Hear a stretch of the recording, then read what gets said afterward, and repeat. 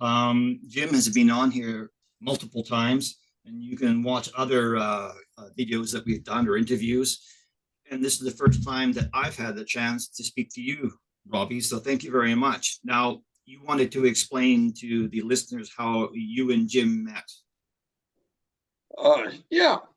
I had put on a thing on the old GeoCities thing. And I was talking about earlier. I was trying to get rid of some ghosts, that I had a lot of regrets. So we had a team where I was the only survivor, a team member. There was two other people that survived it. They were strap hangers on the mission. But my 1-0 and my 1-1 had died on that mission, and they're missing. They're still missing. We never did recover their bodies, but I had put down there on GeoCities the missing men of RT Intruder, and I got a mail message on there. It said, "Did you happen to know my dad?" And I said, "Well, yeah, I did." As it was, we were good friends. And I had shared a couple of stories about his sense of humor.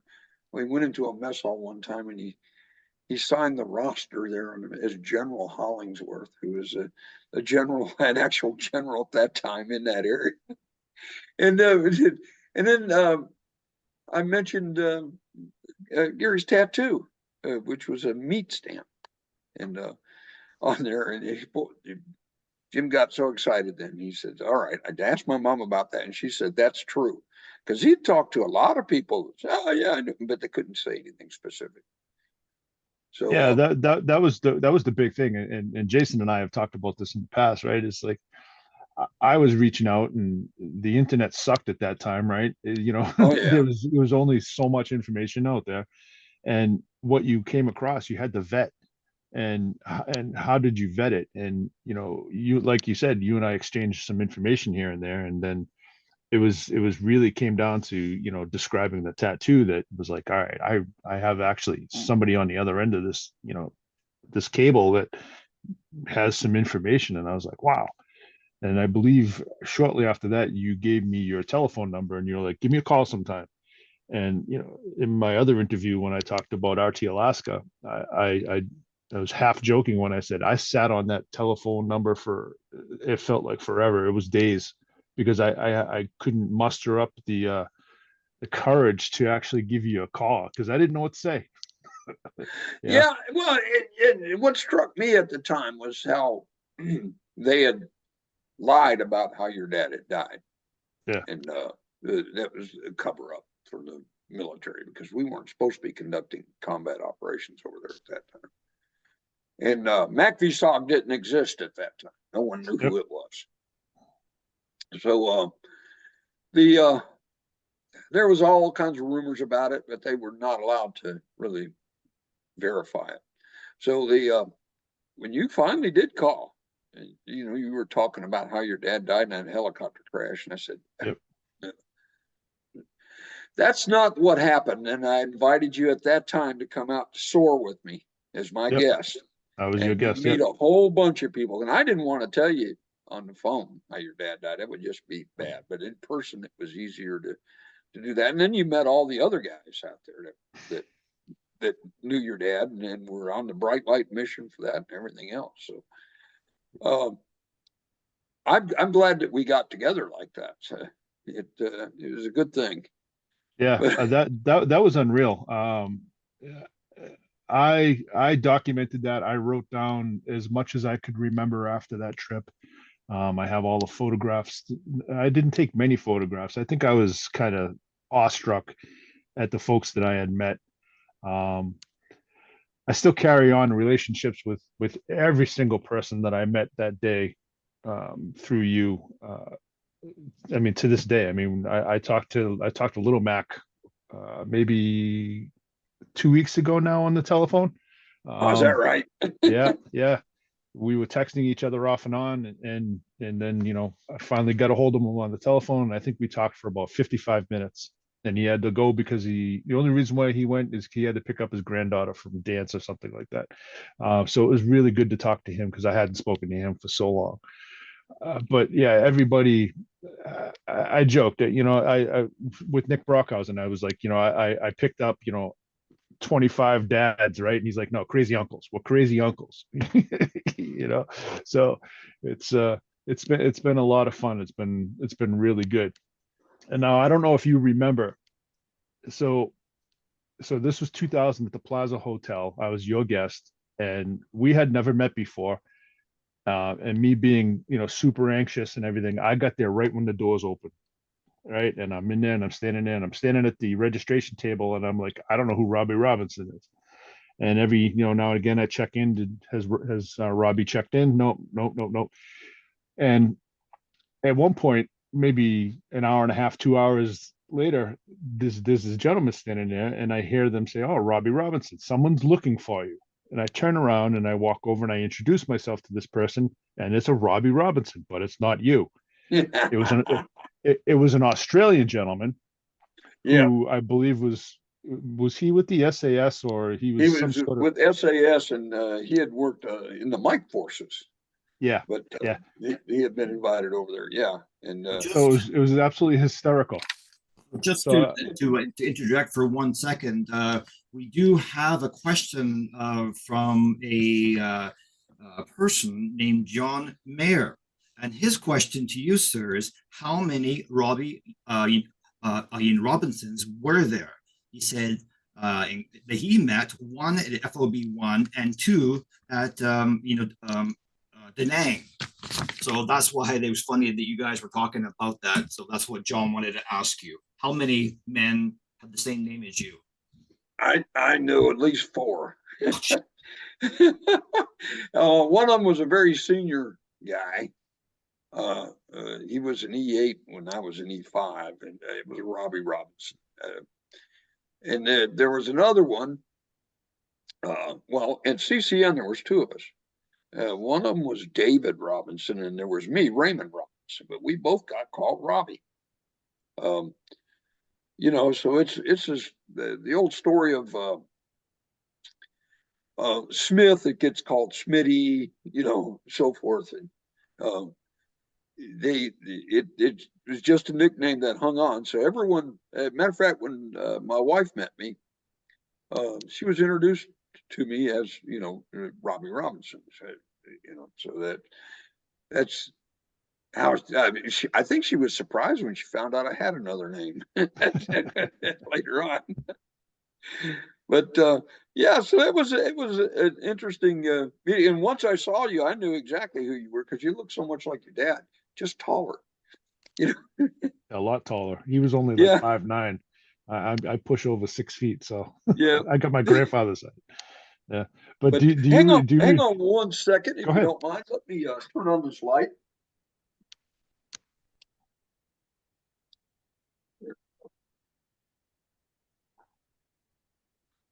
Didn't have But, much light coming in here, and the light's fading from the window.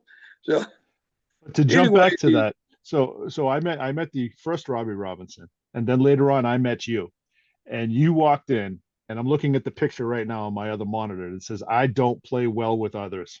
oh yeah, Right? Yeah. Oh yeah. And and we're being introduced, and I'm shaking your hand, and I'm talking to you, and you got a nice little shiner, and an yeah, appropriate T-shirt, and I always thought that was absolutely hysterical. That whatever happened, and I'm meeting this guy for the first time. He's got a slate black eye, and he's got a "I don't play well with others" T-shirt on. I'm like, this is fantastic. What did I get myself into? well, a bunch of guys here that. The thing of it is, when we get into fights, we're friends afterwards. It's never, seldom. I'll hate you forever because then you just shoot them and get rid of it. So we didn't have that happen too much. But yeah, that was a good meeting, and I took my daughter. I don't think to that one, but it was a friend of mine, John Levester, had died, and he was a CCN as well. And my wife knew him. We were in language school at the same time, and that's where I met my wife, was in language school. And so John he got out of the service and he had a massive heart attack in North Carolina. It was just before one of the meetings that we were planning to go to SOAR. So I went over for his funeral, drove in. At that time, I was living in Memphis. And I drove into Fayetteville for his funeral, and his daughters, teenage daughters, were saying, "Well, what's all this fuss?" He's getting calls from Congress critters and everything else, and saying, "Well, my dad wasn't anyone important." And I said, "He never did anything." I said, "Didn't he ever tell you what he did?" "Oh, yeah, but those were war stories. Those were lies." And I said, "No, they weren't." You know. So Joyce said, "I'm not going to let your daughter ever think that. She's got to know." So we took her out to SOAR, and she got to meet all these crazy characters. And then later on, would see some of them say, "Oh yeah, I know him." You see him on interviews on the TV and so forth. Yeah, because you know, a lot of people won't believe what we did. And a lot of what we did was just totally unbelievable. No, the U.S. never did anything like that. Sure did. So just for the viewers who don't know you, you sent me your bio, which again, thank you for doing. You joined the Army in 1967, and in that same year, you found yourself in Vietnam. So that was not with SF, right? You were there for a tour with another. Yeah, I was there with the first Cav. And so I'm sure that I mean, that was when you saw your first, combat with them. Oh yeah, it was funny. I started off as a field wireman, pole climber, but they said we don't need any wire pullers right now, so they made me a machine gunner. Wow. Promoted me and changed my MOS. So during that time of that first tour, whereabouts did you find yourself in Vietnam? 2 Corps, Pleiku and Anke area, and after that tour, I was down at Fort Ord. I reenlisted from there and went to Special Forces, and that's when after. See, I was there 68, and at 68 I reenlisted, went jump school and SF, and then in 69 I was in the 7th group. I was going through scuba school and got noticed I was going back over to Vietnam again. So I wound up pulling every tour there, or every year from 67 until 72. I was there part of every year. So I was there a lot. And so then in 69, you were with Mike Force. Yes.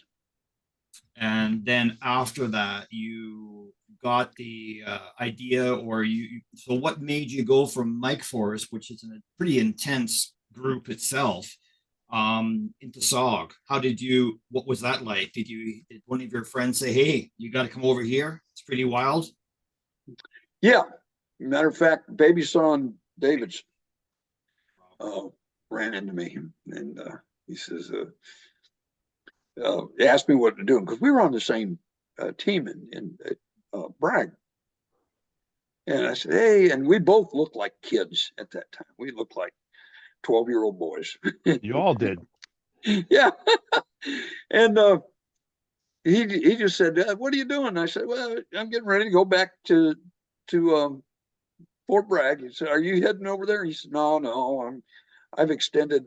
He's and going up to CCN. He was down at CCS, and he says, "Why don't you come over? You'll be on my team." And I said, "Okay." And I went in and put in my paperwork to extend and go to CCN.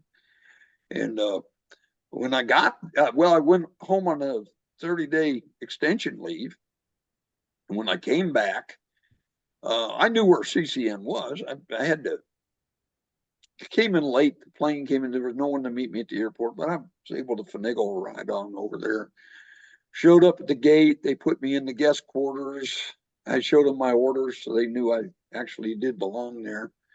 And then the next day I went down and met Billy Wall down at Recon Company. And He said, what are you doing? I said, well, I'm supposed to be coming here. And he said, you are? I said, yeah. Baby Son said I would be a member of his team. And that's when Billy was said, Baby Son died last week. So that was not good news, but that was my introduction. So then I was hunting for a team after that. But I stayed in recon company. Oh, Baby Stan, he had run like a great deal of missions, right? I know that I had read that even Shriver, Mad Dog Shriver was impressed by the amount of missions that Baby Stan had run. Oh yeah, yeah. Baby Son was well known in CCS, and a lot of guys came from CCS up to CCN, and Rick Hendricks came up that way also. Rick was one of the few that lived. The AO was just different between south and north, and the people you were running into, the enemy you were encountering, were completely different. So a lot of guys from CCS didn't make it past that initial tour. Rick Hendricks, matter of fact, discussed that with me. He said, all these guys have died because they didn't back up and regroup. They pushed on and did like we used to do. So you can't run the AO like that. There's several things like the 1-0 would usually have 2 people in front of him in south, but up north, you only had 1 person in front of you. And so that, so you could keep control of the situation. So it was usually point man, 1-0, usually a grenade launch a guy from one of your mountain yards, and then the 1-1, and then the 1-0 or the 1-2 would be back behind there, just in front of the tail gunner. So that's usually the way we ran the missions. I know that it's funny that you mentioned that about the CCS teams when they came up north or to CCN. I had been told by a veteran that Shriver was up there for 1 or 2, and he was trying to do the operations the same as he did as you just stated, and they said it doesn't work up here. So that's an interesting thing that you brought up. So you served on 2 different teams. Yes. Intruder and North Carolina, right? Yep. What happened was North Carolina got shot up really bad, and their 1-0 Duran went out. Well, forgot the name of the 1-0 actually, but the 1-2 or the 1-1 that survived was Duran, and he didn't want to run missions anymore. And O'Connell got shot up really bad, and he couldn't run any missions. But they had a raw day team, and RT Intruder was a brew team. And as it happened, I spoke Robbie. So I knew all those guys. They were at one point in the Mike Force with me. So Duran asked me if I would take over that team, and I turned over my team to Finn Onema. I turned over RT Intruder, and then I took over RT North Carolina. And that was how that whole genesis came out. And so at what point in your time with SOG did you meet Jim's father? Oh gosh, we were together a lot, and I think we met each other initially in training group. I'm not sure, but he was just a guy I knew, and when he's there, we just kind of sat around and talked. We'd have a beer together in the club or something like that. We just had a lot of conversations with each other because, well, I don't know, we were just friends. And so I forgot when he got there. I think it was after I did. Maybe he was already there. I'm not sure. It was just, you kept running into people you knew while you were there. And it was just, hey, how's it going? And, nice seeing you again, whatever. So I remember you telling me that you remembered him from 1-0 class. So you guys went to that school together. That's true. Um, Yeah. And I'm trying to think. I don't have an exact date of when he landed there, but I'm gonna say it was probably mid 1970. He ran with RT Michigan for a while after Eldon left the team, Yeah. and then he transitioned over to Alaska. A lot like you had described, a lot of these teams get shot up and they or wiped out and they have to rebuild and restaff and stuff like that. So I think that was what happened to Alaska prior to that. As they got beat up pretty good, they kind of put that team aside for a while and then they started staffing up. And it was Danny Entrican took the team. My dad came in as the 1-1, and Dale that day was the strap hanger because they didn't have a complete American lineup at that time. I believe that to be the truth. But every time Jason and I talk, or every time I run into one of you guys, you get this extra little nugget every now and again, and you're like, oh, there's a piece of puzzle, and it just opens things up. But yeah, I believe one of the instances was 1-0 class. Sorry to interrupt. Yeah, I think so. And I'd already run a couple of missions before I went to 1-0 school. And so we went to Dennis Bieber. I don't know if you know, he was in that class as well. Okay. And Roger Pope, who just recently passed, was there. So we were all together, and we yeah, I mean, you just kept running into people you knew, over and over. And someone from training group you knew before, some from another thing like Mike Force, or sometimes you just ran into people in the training and you hit it off with them because you're just tired of older people that didn't want to party. We wanted to party. Now, did you meet Nick at this point? Was he in the circle then, or I mean, he's a pretty hard guy to miss either or hear about, right?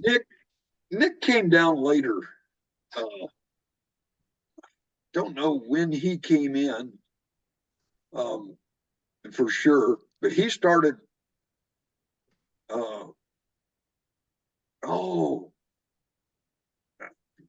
I can't put an actual time, but he and Brock, he and McLaughlin just hit it off. They were good friends, and Jimmy Johnson. Yep. They were all good friends, and they hung out. And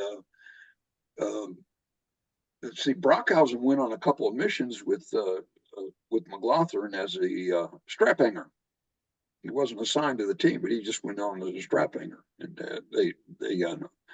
And funny story was, I don't know if this is a good time to tell it or not, but we were up at, I'm pretty sure it was Quang Tree, the launch site, and weather had closed in and we couldn't launch for a while. So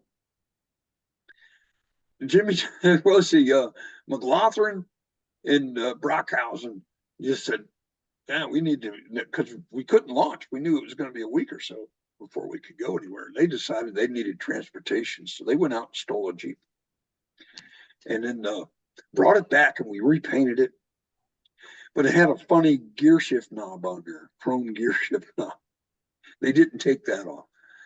But as they ran out of fuel, they went over to the same place they stole it from. And it was the company commander's Jeep, and he kept eyeballing it as it goes over. Now they're dressed funny. Brockhausen, he's got Nazi stuff that he wears out in the field and so forth. And he told McLaughlin, who was driving, he had a leather helmet on there. And he says, if I say something to you in German, you just stand there and say, jawohl. And he says, okay. And they get up there and they're asking, where are you guys from? And he said, it points down the hill. It's down there. And it was all classified. It had all the stuff, classified. And he said, what do you guys do? He said, Brockhausen said, "We are from the 169th Light Mongolian Horse Brigade." He said, "Come down to him. The Mongolians come out with the horses, and we just, and he's telling this big, wild story. Meanwhile, he's got it distracted enough to they were able. The guy said, "Well, yeah, we can get gas over there." So he turns and says something to McLaughlin, and McLaughlin, standing there at attention, says, "Yarvo." Catherine said, "He is from southern Germany."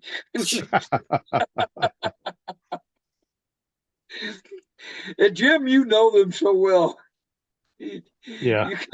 You could see that happening. We did have Nick on. We had Nick on probably a couple of weeks ago, and Nick, we could only enjoy the audio of Nick because he couldn't get his the picture working. But me myself, I made sure that I had a German beer to at least try and get in the groove, and it was definitely a very interesting chat.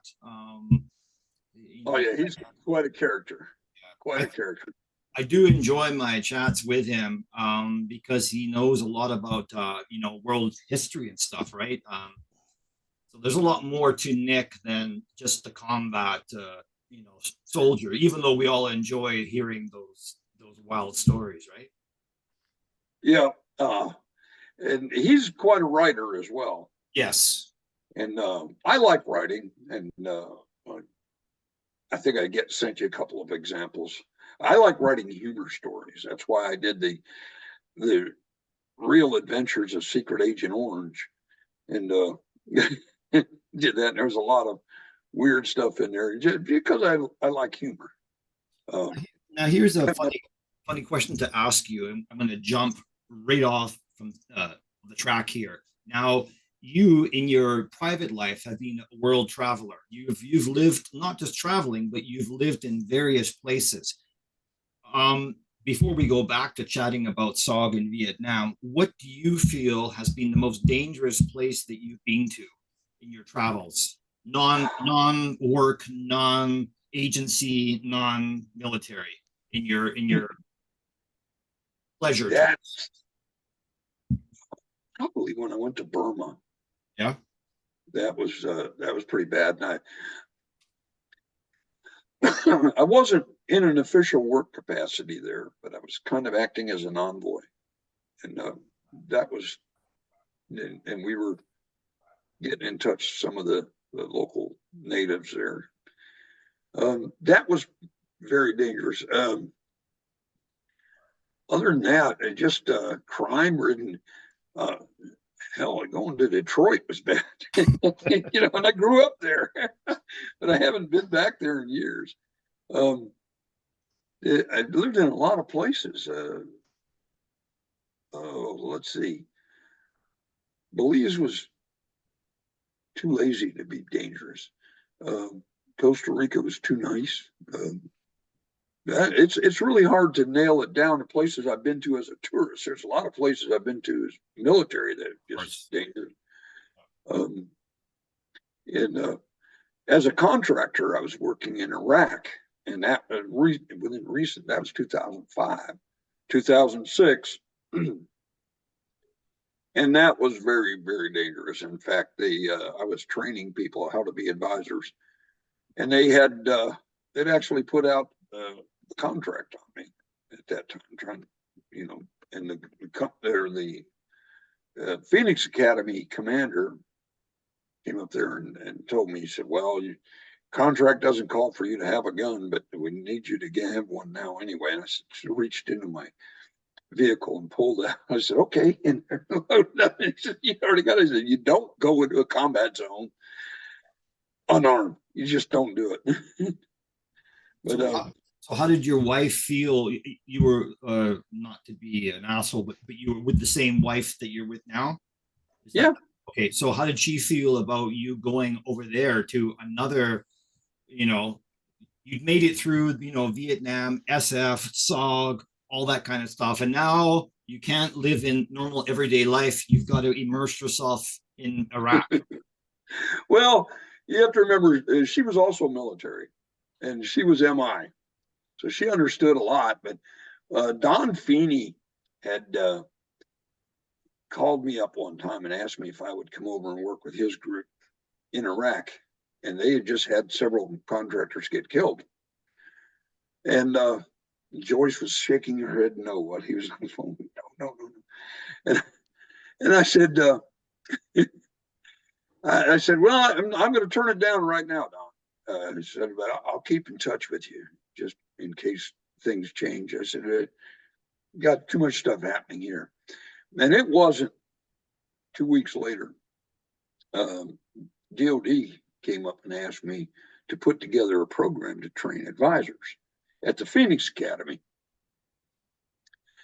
And I put together this whole thing and had all the slides for it, but I didn't have a lot of time, so I didn't get a chance to script it. And they, you know, how to get along with people, recognizing cultural differences, how to be an advisor, how to protect yourself, and, you know, all kinds of stuff.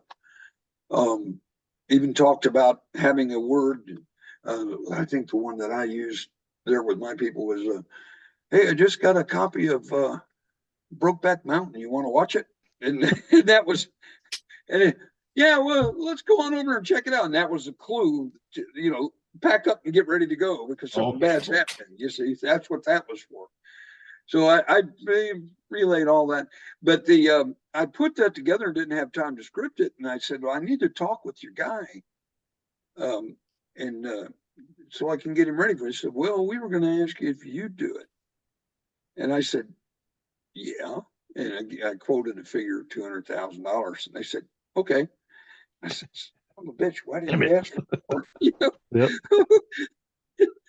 Yeah, I mean, And so I came home and told the wife that I was going, and she said, we didn't talk about this. I said, oh, yes, we did. You remember after Don had asked me about that, and I'd mentioned to you that if I could get a physician teaching in a safe area, that it would be all right. She said, yeah. I said, well, that's what happened. So we did talk about it.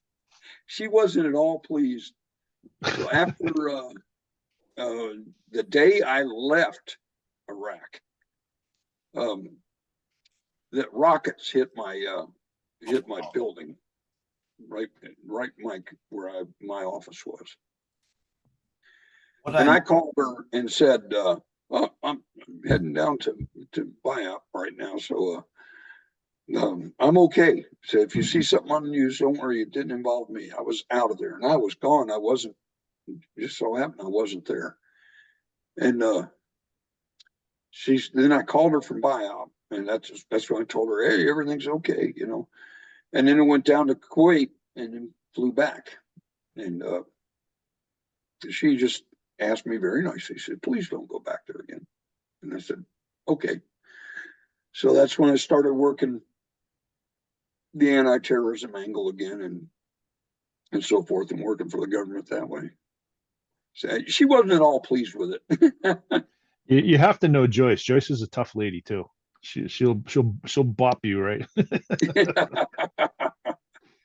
what I was trying to find, sorry guys, what I was trying to find here in my pile of paperwork was a Special Forces booklet about being in the Middle East and how some cultural things were very different from European or North American, like men holding hands or kissing you on the cheeks and those kind of things, and not to be offended. It basically was trying to bring your average American up to speed with, like, this is not a homosexual thing. It's not. It is just a cultural thing that happens. Don't be offended by it.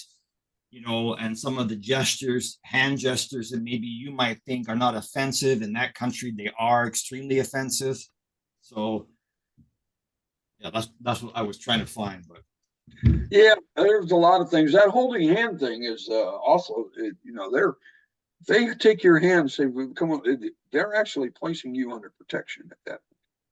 So okay. That's a big notice to everyone. Hey, he's with me, don't mess with him. So I mean, it's and that happens in a couple of places. The Southeast Asia, that happens too. Yeah, I know that Jim, Bolin, CCS guy that, Mhm. there's a picture in here with him with his favorite buddy who was, Montyard, and unfortunately he got killed. But there's a picture in there of them holding hands, and he said, it was a sign of brotherhood. Um, Yep. and so, um, yeah. Now, Jim, did you have any questions? I don't want to talk over you. Did you want to? Oh, no, no, you're fine. Yeah, it's funny you mentioned, with this whole question, right? Where have you been? I I had the hardest time keeping track of where the hell you were. It was like where's Waldo?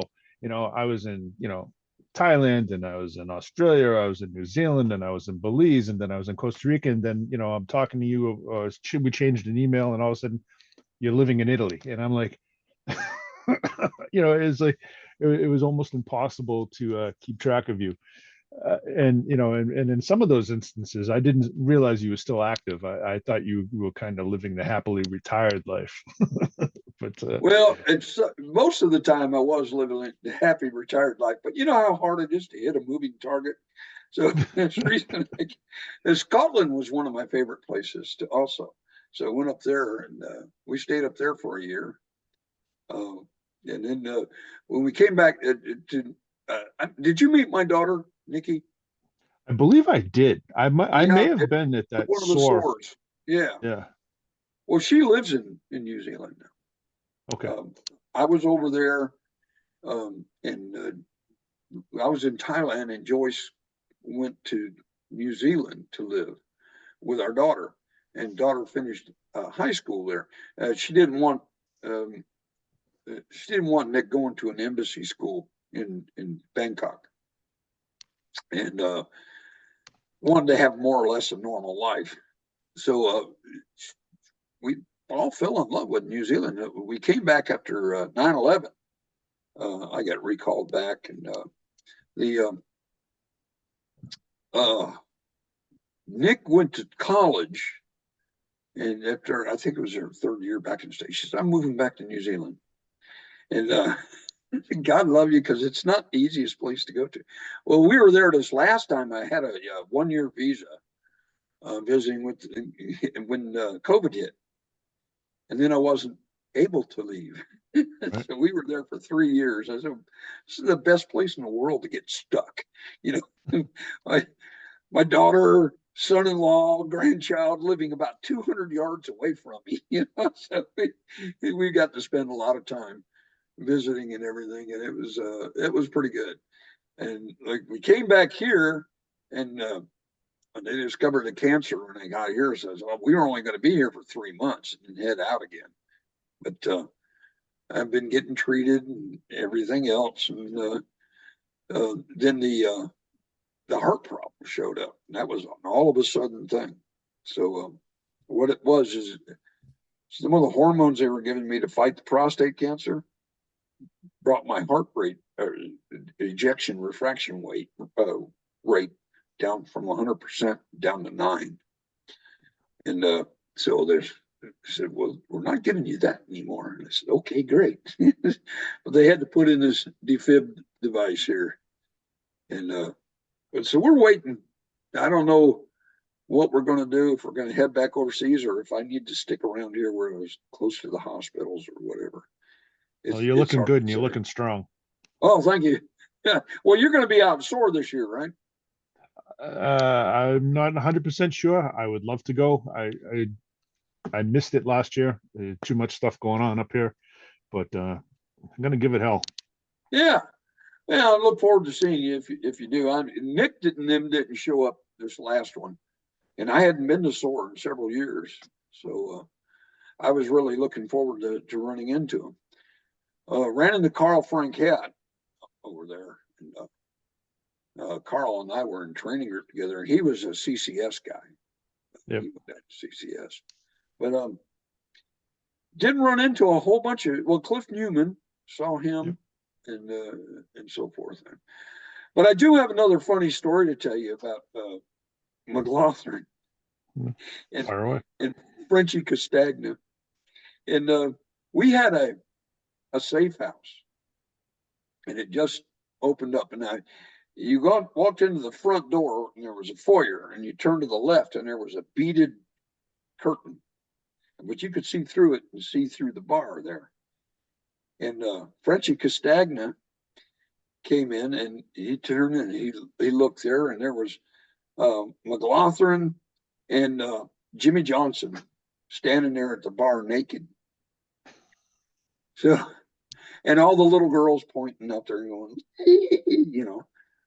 And then, so Frenchy just figured that this is what you do. You get naked to go in here, and he drops his clothes down there. And he comes walking in, parts of the curtains. And it's kind of like, if you ever watch Doc Tari, the elephant song, going through there, da-da-da-da-da-da-da. And he was swinging. And McLaughlin looks over there, and he just taps Jimmy Johnson. They just quietly went over and put their pants back on. But yeah, Frenchy Castagna was he wasn't shy with his endowment. I guess everybody has a special talent, right, or a special gift. Yeah, Castagna was well known because he had to leave France, where he was with the Foreign Legion there, and apparently something went wrong there, and they were opposing the president of, and so he had to leave. Said he wouldn't go back. But he's quite a character. Quite a character. So is that his real name, or is that his French Foreign Legion, new social security number, new identification? Castagna was his real name. I don't even really know his first name. I'm sure I could look it up, but we just called him Frenchy. Yeah. And, just a little thing about the Foreign Legion, especially after World War II. The Legion took on a lot of very well-trained, German soldiers, and very interesting that in one of my first books, I found out how many foreign guys there were in SOG. There were guys who were former, German soldiers, or who had fought the Germans as well. And did you meet any of those guys? Yes, I did. Stories there. Well, there was a guy in 7th group, and I'd heard he'd been to SOG, but he wasn't over there at the same time I was. At any rate, we would usually show up for payday, and we might have a CIB on, but we wouldn't have everything, in our khakis or the greens. But they said, told this one guy, they made the formation in the announcement. It said, payday formation, you will wear all awards and decorations. Okay. So he comes walking in with a German uniform over his shoulder on a hanger. Oh. And he had been with the German Army in World War II and had all his awards and decorations up there. Sure, okay, we won't do that again. That's funny. Now here's a question that I often ask people: when you were in the jungle, did you ever see any big cats, like a tiger? I mean, quite a few of you guys did. Or do you have a snake story? Not the Frenchy snake story. But, yeah, I ran across when I was in the Mike Force. A tiger actually grabbed one of my yards by the head and was home. Really? Yeah, down the hill. And everyone went up there and finally ran the tiger off. But the guy, the fang had pierced his head, and he died during the night. You couldn't get an extraction out. A tiger grabbed him, and that was in the 2 Corps Mike Force that happened. But I tell you a strange thing that happened one time in Laos. We came up over a ridge, and this Buddha was not on the map, but it was all covered with vines and everything up along there. You could tell there used to be a trail running up there. No one was using it, hadn't used it in years, and all the vines and everything had gone over the Buddha. So there was a big Buddha that must have been, 12 feet tall. Just sitting Buddha on top of this ridge. And I just said that was weird. And I took pictures of it and put that down. And, but never did see a map correction showing that. But it was there. We had that. Saw snakes a lot. We had one time we were trying to crawl into a thick place to RON, and the guy in the lead just kept backing up, and there was 2 cobras in there, just like this in that thicket. So we decided to move on to another place, and of course, all kinds of bugs, insects, and some of them could really hurt you. You run into those too. A lot of centipedes. So yeah, you run into stuff. Monkeys, a lot of monkeys.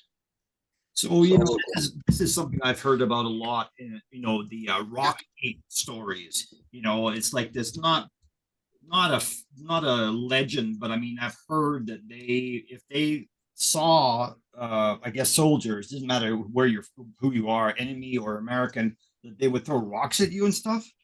Yep. And and it was kind of like in Panama, the holler monkeys, they would crap in their hands and throw it at you. You serious? Yeah. Yeah, the holler monkeys. And I don't know if you've ever heard of a holler monkey. You ever been down there? I've never been there, but I've seen enough you know, enough shows on TV to hear it. You know what it reminded me of was the noise that the TARDIS made when Doctor Who would land someplace. Yeah. And first time that happened, I'm looking for a big phone booth to appear. First time I ran into a holler monkey, but they're noisy and yeah. But yeah, they'll throw stuff at you.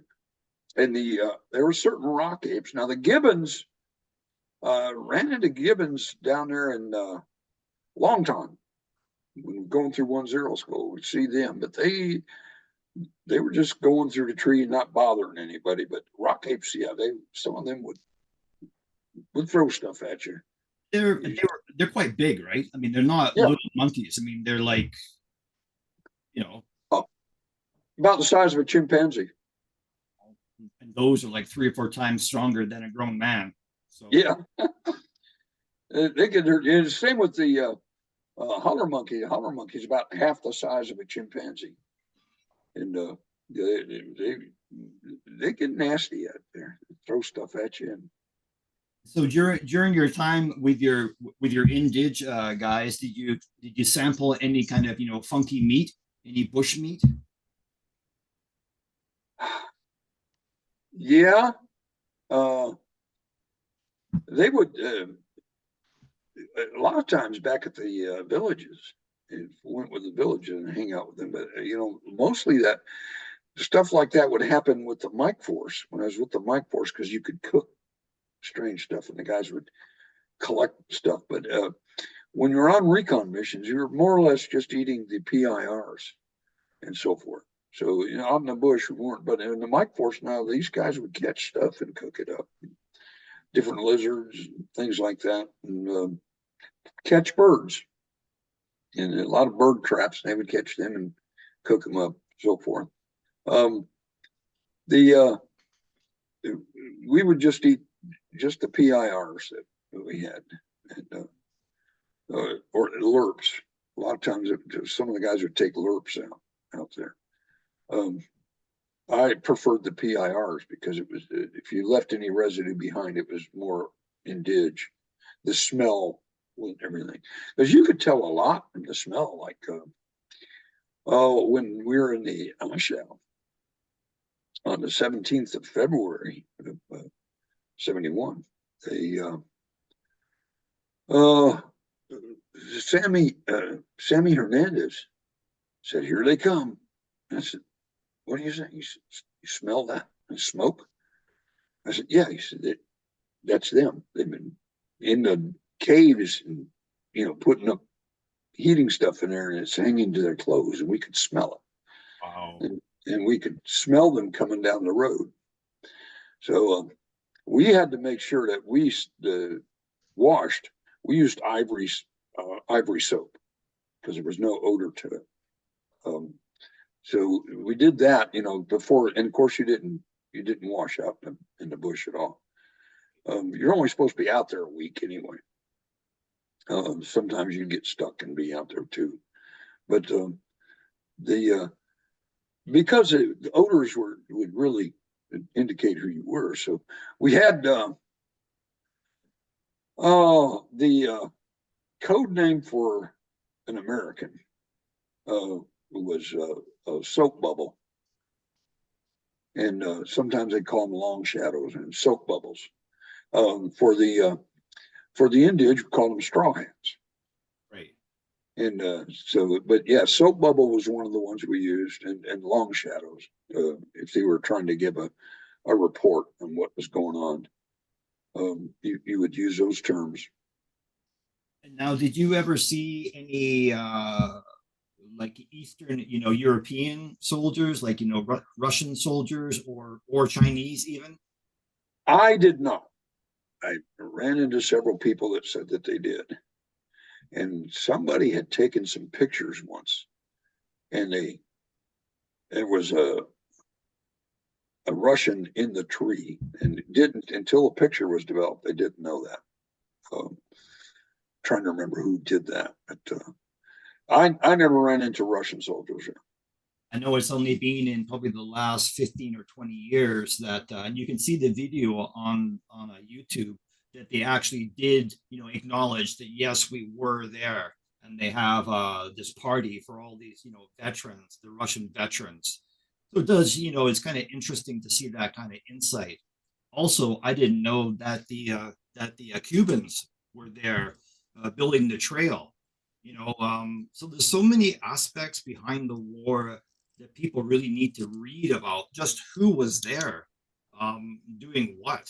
They're all, communist buddies, right? Yeah, and John Cavallini told me that some of his interrogators were Cubans. Yeah. So there's a book that I haven't finished yet. And why one of the stories is about those Cuban, interrogators, and there were 4 or 5 of them, and they all had names that were given to them. Fidel was one, and there was one American pilot who was shot down, and they would beat him with a hose pipe until his skin broke on his legs. It's horrible. And then also you move later on in time where Lynn Black, that he's got a Cuban on the radio telling him, I know all your guys on your team. I know where you are. And he even knew the guy who had been sent home a week before. So I think just from learning about all this, that he was probably one of those interrogators. Why else would he be on the radio with that kind of intel? He's no average Joe, right? Yeah. Jose, he was no average, Jose, right? Yeah. Not an average Jose. There was a lot of strange stuff going on over there, and you would hear stuff about it. I knew some guys that out in the bush, they were waiting for an evac, and a Russian helicopter came in, and they started to head toward it, and they realized, oh, wait a minute, that was from CC Central. That happened. Yeah. The guys told me about it. It's kind of weird stuff. Did you hear that it was on one of John's, podcasts that it was with RJ Graham, so, CCS. He was saying that a guy that he knew saw 3 Americans or 2, who would swap sides. And there was a huge, bounty on those guys. If you found one of those, it was like $10,000. If you got an NVA, officer, it was 8,000 or whatever. VC was only 150 or something. And Graham was saying that he was one of the few people that actually got the prisoners and did the, R&R for, that kind of stuff. So I don't think that happened much up north. I've heard about that going on down south. Some of that stuff was a lot of the oh, what was the name of that CNN report that they Right. did there? You'll- Yeah, Tailwind. they tried to tie that in with it, and it may or may not have had anything to do with it. I know there was no nerve gas, despite what they said, but the yeah, there was a lot of strange stuff going on, and more down south than up north. Up north, you were just running into hardcore um, whole units. I mean, battalions and everything would be after you. As on Lamsong 719. There's our team, and we got shot up, and then RT Crusader also on the ground. We wound up, we're told later on that there was an entire brigade of NVA that had to go back and refit after that, all the stuff coming in. It was just a bad scene up there, and they would pull the trees over the trail, and you'd have a trail that a deuce and a half could run down, but you couldn't see it from the air because they folded the trees over the top. You'd have the guys go up there and lash them together. You know, That, sorry. the Crusader team that you were just talking about, would that have been Mr. Kelly and Mr. Parker? Let's see, that would have been Donnie and Lamar. I'm trying to think who it was. I'm probably got one of their books here. One of the guys.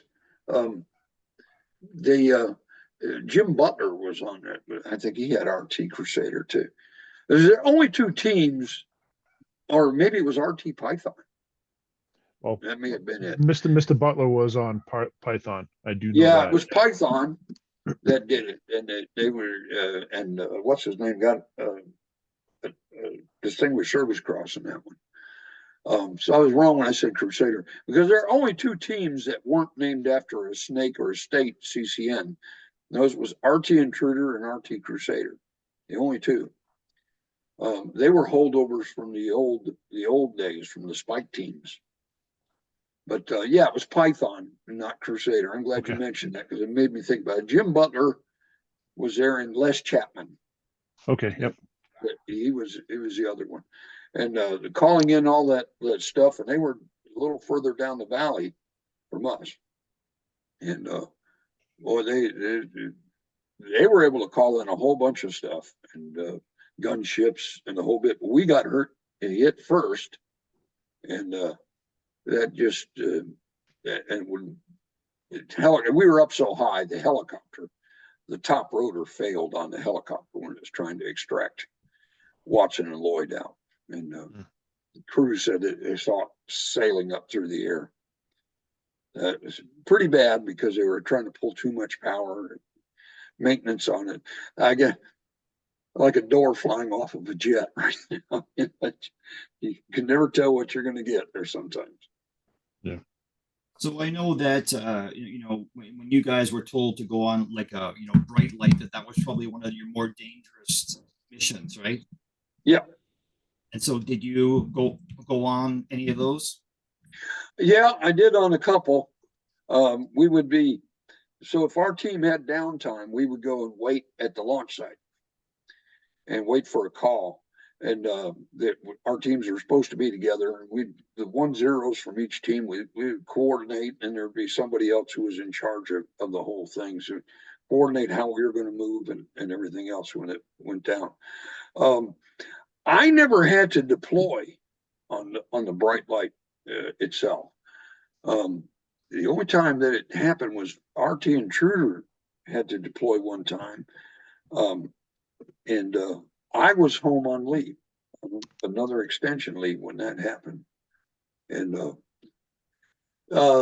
yeah, you did not want to go on a bright light mission because you knew you were going into stuff. Of course, you wanted to rescue the guys. That was your whole reason for going, was to rescue the guys.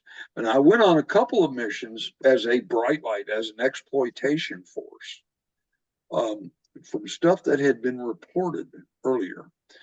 So like a cache had been found, and we would go there and plant radios, certain radios that would only pick up U.S. stations, and fake ammo.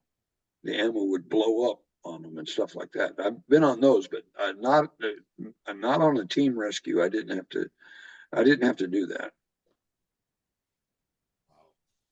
Scary times. Now, some of the other SF guys, SOG guys that I know, that they are, one guy, John Good, he is fully equipped for anything that happens. That if he needs to bug out, he's got his stuff. So when you go away on these things,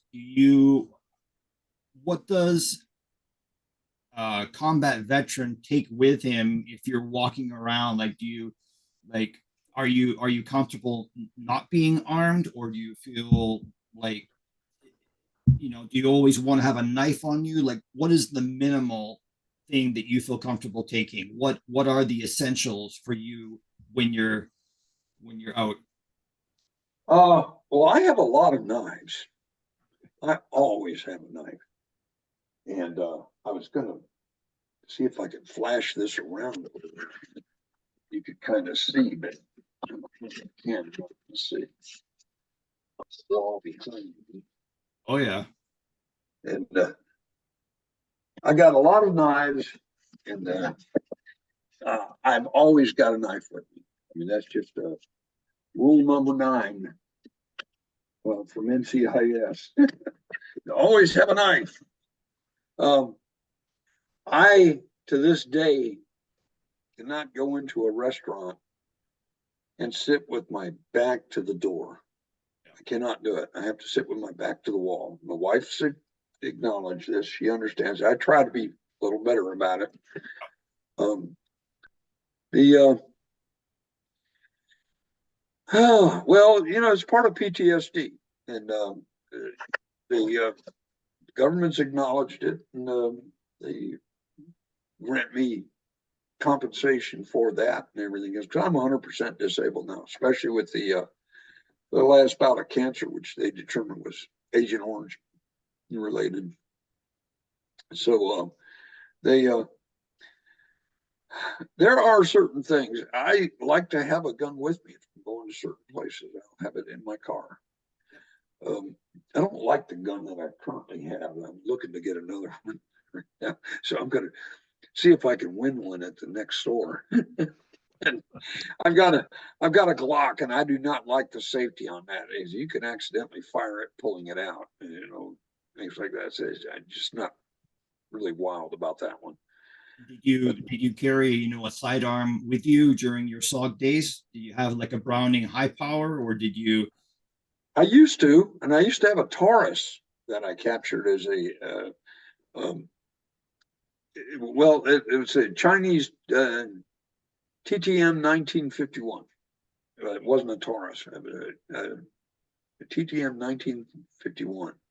I used to carry that, but I captured that one out there, and I sold it later on, and I exchanged guns over the years, and so forth.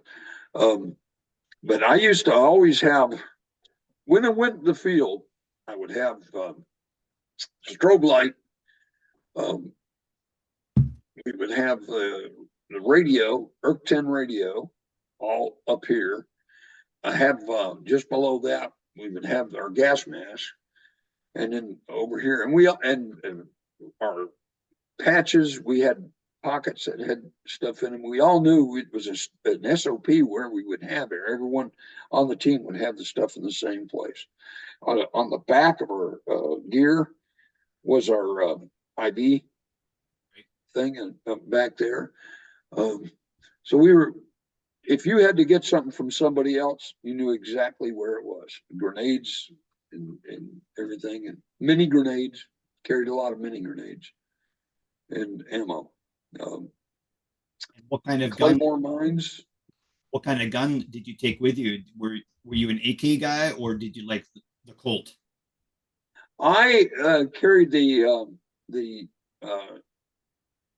Car 15, right? And that was the one I carried I tried the various ones at times, and I just wasn't satisfied with the ammo. And as a 1-0, I said we all need to be able to share ammo. Can't have different ammo.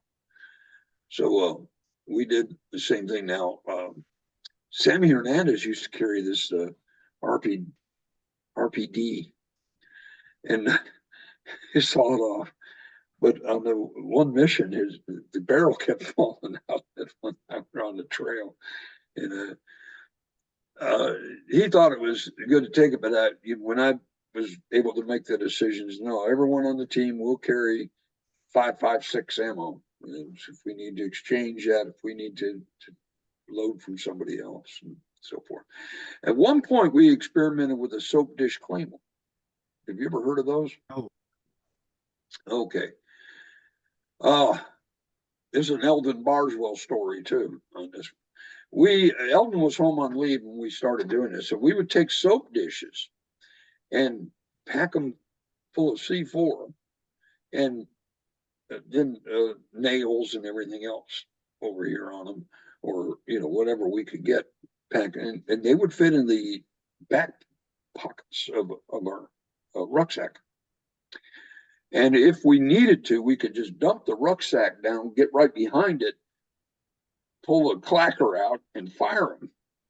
And that was very well. Eldon came in and was asking questions about it, and when he came back from leave, he said, "Yeah, well, yeah, we could do this."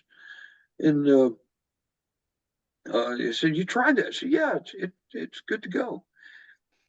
He never did pick up on the fact that it was a soap dish claymore, and he put a full claymore back there, and he had to. And he was with another Robinson, Dave Robinson. He had to drop that and just got down behind it and fired it. And we heard that Eldon was injured, and they were coming in. They had him coming in on strings, and we were watching him as he came in. And this was, they were using the Da Nang launch site at that point in time. And I was actually up there as one of the bright light guys in case we had to go. So we were watching him come in, and there was something hanging down from his nose, and it was bloody mucus, and it was all the way down to his knees. Oh. And he couldn't hear anything for a while. He goes, "Hey, Eldon, huh?" So that was an object lesson for him at that point. Eldon and I were good friends. He was, matter of fact, he was there in Iraq the same time I was. We visited. Oh, really? Each Wow. Yeah, and he was over there with Delta, I think, right? Yeah, when he went to Delta, I got a call and got the invitation to go for a change of command ceremony when he became the commander of Delta. Yeah. But I remember I was going through advanced NCOES at Fort Benning, and he shows up as a commissioned officer at that point. He was with the Rangers. And then he left from the Rangers and went over to when Beckwith put out the call, he went over there. He's quite a soldier, quite the guy, and I really miss him. And but that's the way things happen sometimes. Yeah, when he died. It was absolutely horrible accident. But from my experience from meeting you guys, 20 something years, 24, 25 years ago now, how unsuspecting all of you guys are and how humble everybody is. And you wouldn't know. You would just walk into it's the best thing to say would be like, you walk into a fraternity, right? And everybody's just a wild, crazy idiot, right? But on the flip side of that coin is they're just legendary human beings. And I don't say this, to be, hey, these are my friends and they're just these people, but it's you guys, the innovation, the crazy missions, the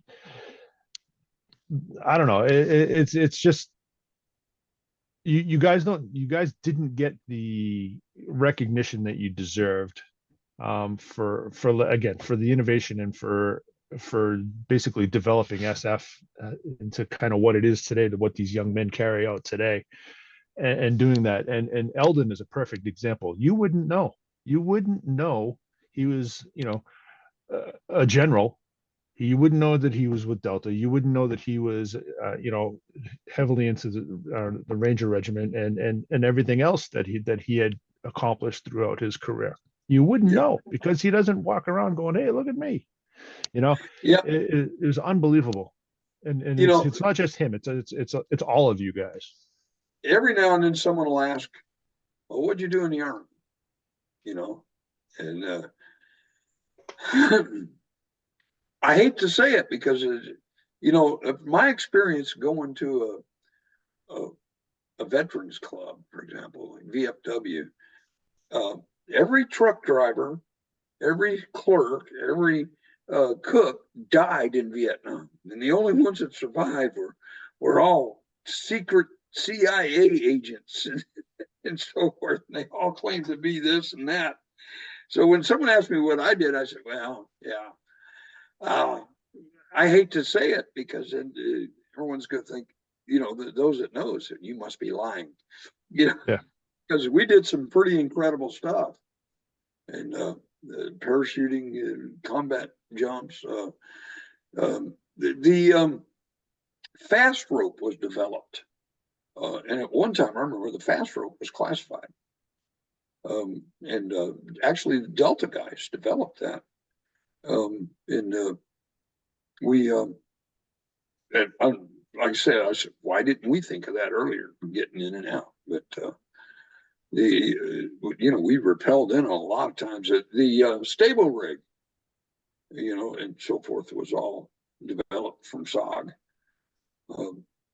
There's a lot of stuff that we did that was very innovative at the time.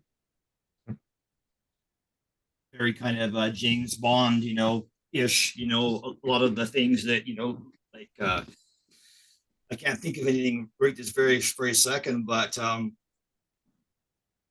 Jim was saying, some very high tech stuff, right? Jim, did you want to say something? A lot of the stuff that we used was a lot of radio gear was very innovative, and scramblers and so forth. And I remember them one time saying there was no evidence of anyone getting an RDF on the KYK 38. I said, well, you've just got a signal. If there's a signal out there, you can RDF it, radio direction find it. But they weren't able to break it, is the whole thing. You had the code in there. They weren't able to decode it, but they could tell where you were. They had us carrying that thing. I kind of hated that. A big, heavy piece of equipment that weighed about 35 pounds or something like that. And then you had to have this key to punch into it every day. You had to change it according to what they had in your SOI. And usually you didn't have time to hook it up because you had to hook that up to your radio. And usually when you were in trouble and you're on your radio, you didn't have time for that, but they wanted us to carry it. We did.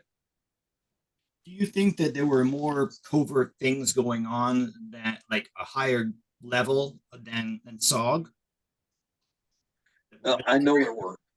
There was a lot of things. I went through, was on a mission one time. I had gotten trained in putting out sensors, and the sensors looked like a tree. And I went on a mission one time with the Navy to plant that in there. And they were strange guys to work with. They didn't understand that I was in charge. Once we hit the hinterland, they were arguing who's in charge. I am. Just come with me, planning that. Let's go. Get out of there. But yeah, there was a lot of stuff going on. That Op 80 was another good example. we were in Op 35, Op 36, I think it was up on Marble Mountain. And no, not Marble Mountain. It was on Monkey Mountain. And they had a thing up there, and they were putting agents in the whole time. You'd have to wonder how many of those were double agents that went in and so forth. But yeah, there was a lot of high-speed stuff going on with SOG. The most effective one, I believe, was the Op 35 missions. We were the ones that got most stuff done.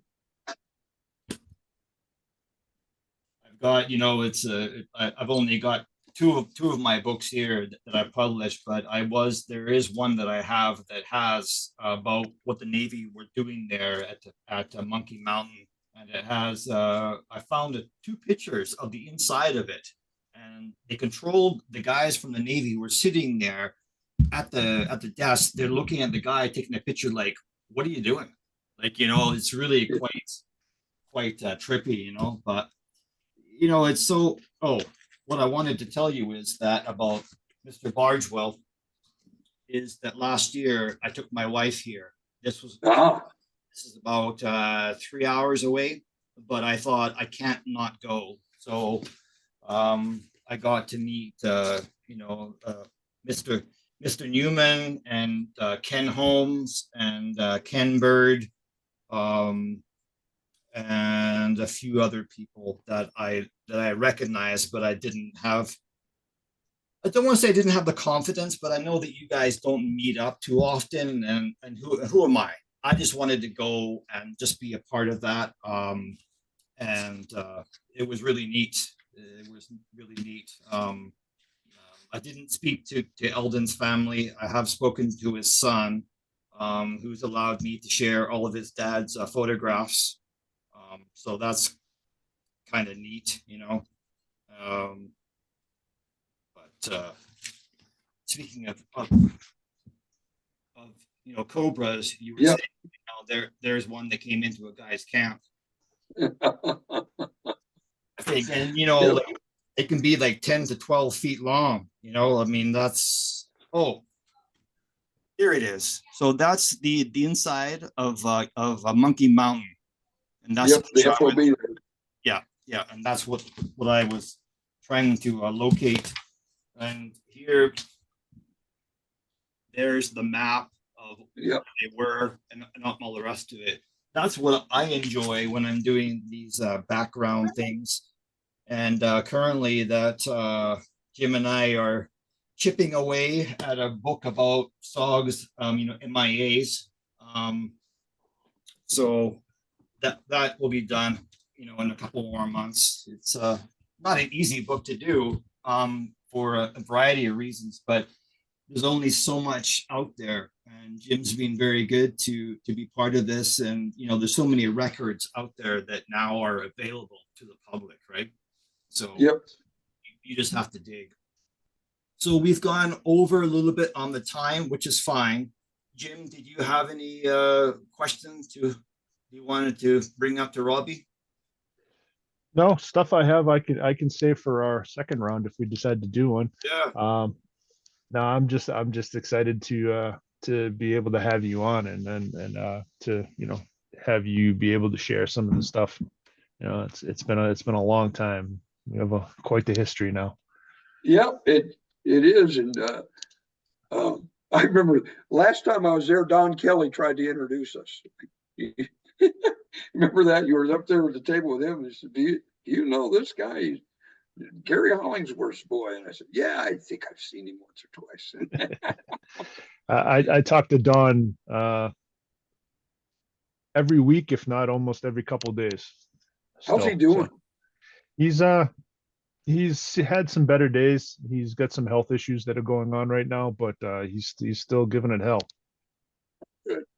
Well, I'm planning to be at SOAR this go round, so hopefully I'll run into you. If not, we'll keep in touch. Absolutely. Facebook or something else. Are you in town for a bit? I forget if you're going to a different AO now. I'm going to be here at least through September. Okay, so if you would like to come on again, I know that Jim and I would both love to talk to you again. That would be really cool. Hopefully it went okay for you today. Didn't ask you too many questions. No, it'd be fine. I do have one thing here though. Hang on.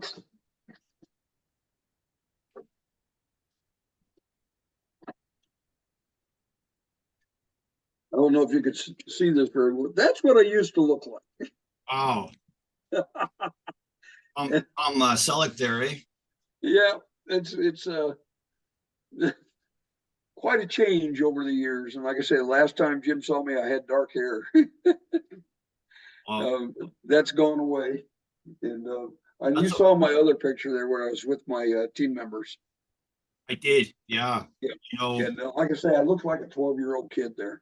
And well, you know what? I mean, out of the three of us, it's Jim that has the most dark hair, and look at all that lovely dark hair he's got. I'm just as gray as you are, and I'm It's just the lighting. I have it Yeah. so you can't see my gray. yeah. So on a parting note, Bob, Robbie, is that the reason why I wanted to do these interviews with you guys is so that people can listen to the history from you, the veteran. We can read 1,000 books, but it's not going to give you the input that the man who was there can give. So I really appreciate you coming on today.